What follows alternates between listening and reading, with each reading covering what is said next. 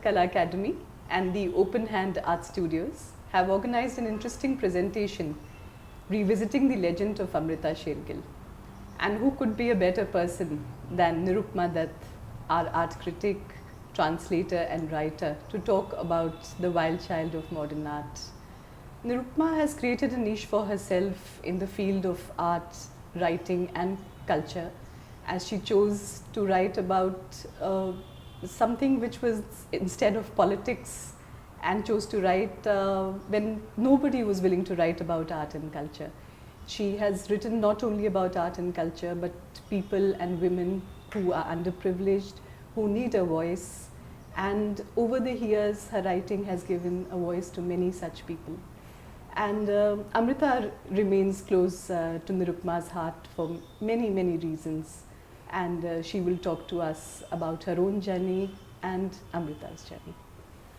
Hi, Parul. Welcome to the Academy. Thank you. And you are a woman who has created many layers of work, not only in your writing, but in your thinking, in your approach to your subjects, be it writing on Dalits, be it writing on women, artists, the emerging scene of culture. And you chose to do it at a time when not many women journalists were on the field. And also you chose a field which was probably not very lucrative in terms of bylines, and politics and crime being the major force. So what made you do this? What made you take this field, never leave it, in spite of the many challenges that you faced? You know, for one, these were two areas, art and literature, which I had an interest in, and to tell you the truth, which I did well in. Right. While in school, my brothers wanted me to do science. In class 9, I couldn't get beyond the hydraulic press in physics. And when the report card came, the nun said that either repeat the class or shift to arts.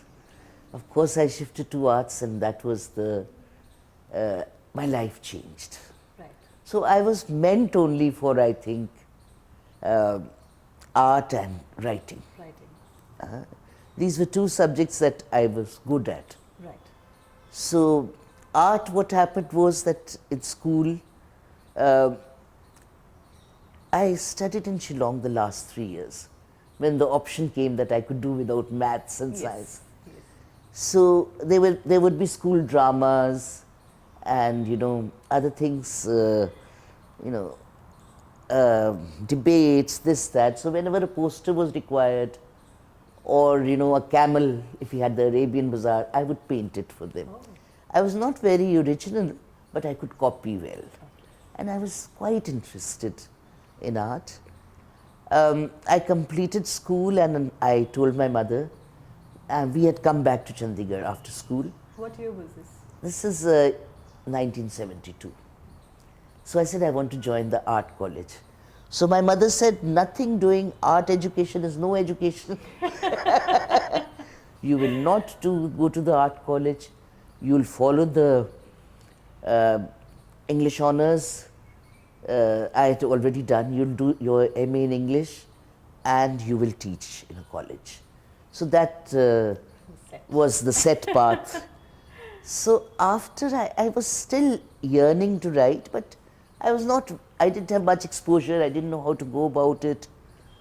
And journalism seemed one of that time Chandigarh, I'm a Chandigarh person, born to Chandigarh. Chandigarh had just one newspaper, which is the Tribune. And that time they had a policy that no girls were hired. Really? Not even on the reception or any other department. This was a part of Dayal Singh Majitia's will, because he said, Majitia, interestingly, we are going to talk about the Majitias today with Amrita Shergill. Because those were times, you see, it's a old newspaper. True. He felt that, you know, women might corrupt his team or something like that. So they had no woman on the staff. I met a senior journalist from Times of India who was my brother's friend. He was a crime reporter and then a political reporter. So I asked him, Vijay Dethe of Times of India, quite a well-known reporter in his times. I said, is it very difficult to become a journalist? So he said, no, it's not difficult. If you can write one straight line of English and one sentence correctly, you can become a journalist. So I was greatly encouraged. Only later I came to know that even if you can't write a correct sentence of English, you can still be a journalist. Yes. So then I pleaded with my mother. I said, please, I haven't failed any class, I have been a good girl. So give me 1 year to do journalism rather than MA English. And she was very scared because those days the decisions were taken by the family, what you will do. And we had an elder, big brother. My father gone, he was supporting us. So, but anyway, she complied. Silently, she made me sit for the test or something, and the admission happened. This is at the Mass Communication? Mass Communication. Punjab University. Punjab University. Okay. Those days, there was a degree course of 1 year. Yeah. Even we had a degree course. 1 year? Till 1 year. Yes, Right. yes, yes. And then my brother came back and he said, what is this? How dare she start this journalism? Mother and daughter take all the decisions. We have never seen anything that she has written. All we have seen is letters with lot of spelling mistakes in them. But it happened. And that time, fortunately, we had a professor here, Tarachand Gupta, Yes. who was a leftist, and he was the only one on the faculty who had worked as a working journalist Okay. with Tribune for a long time at Shimla. Okay. And he was very interested in the arts.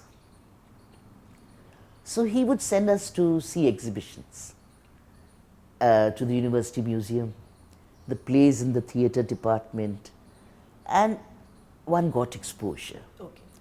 And I remember there was one exhibition of photographs, and there were some bare-bodied photographs in that show, and boys had scribbled on the wall some nasty things with a pen. So we had to see them and we had to come back and write a review. Okay. So when I wrote the review, it was that Oscar Wilde said that art should not make itself popular, the public should make itself artistic, but that's not happening at the... And Tarachand Gupta was thrilled. Yes. So he gave very good comments on it. Right. So I sort of knew that now the... Okay. But I passed out in 76 and emergency was still on. Okay. And I studied in the emergency year, 1975. And we were told by the head of the department, don't worry, you can write anything here, your classwork will never go for censorship. Okay. So then came the wait, because I could not leave Chandigarh. I was living with my mother who was alone and there were no jobs. I started freelancing Okay. for small things like Eve's Weekly, Mirror, there used to be a Mirror Right. magazine, Right.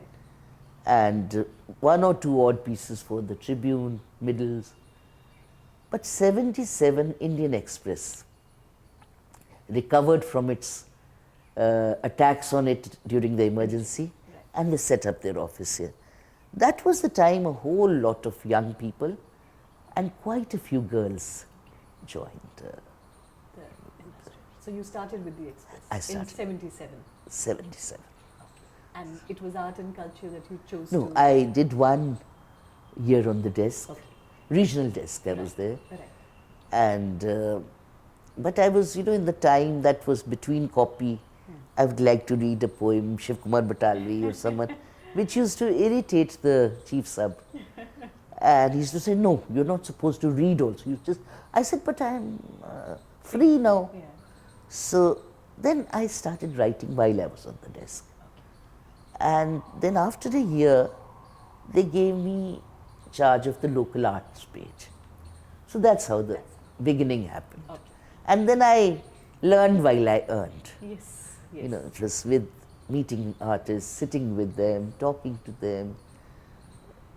More so the Chandigarh artists. Of course, True. artists who'd come from outside. That time, art college was also quite happening. Okay. Jagmohan Chopra was Yes. the principal. Okay. And a lot of artists would come from outside also. Right. So making it my point to interview whoever I could. Right. So this was how the beginning And was. that would have opened a lot in your own mind, meeting Yeah, artists yeah, from yeah, yeah. diverse Yeah, fields. from diverse fields. Right. I remember I interviewed Anupam Sood, Yes. sitting on, you know, a pile of pebbles outside the college.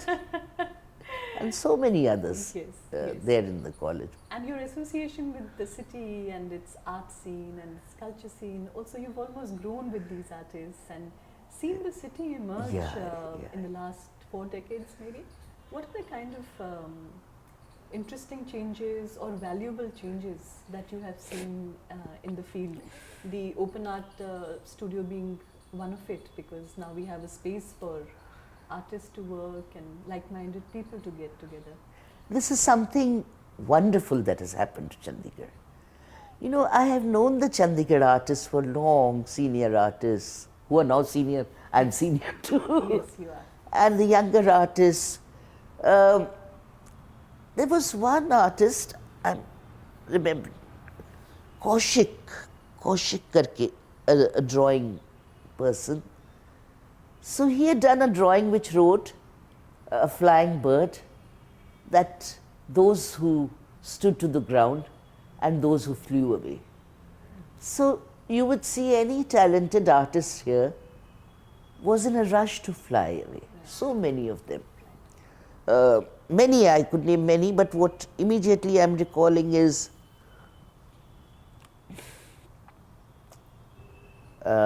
Ranbir Kalika, Gurcharan Singh, some who went abroad.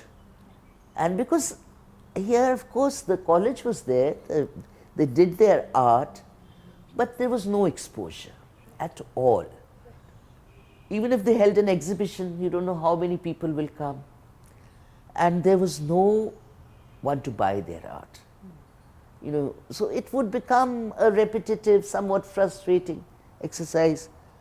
A major role was played for the contemporary artists here by B.N. Goswami. You know, he encouraged them, and collectors who wanted work would take his advice. Okay. He would suggest that in Chandigarh, these artists are there. I think Hurwitz was the name. I think in his collection, Viren Tanwar's work was there aplenty. Rajkumar's 2 paintings also. So it was building up. Okay. Okay. But most of the artists here were also doing jobs, Right. because art could not support.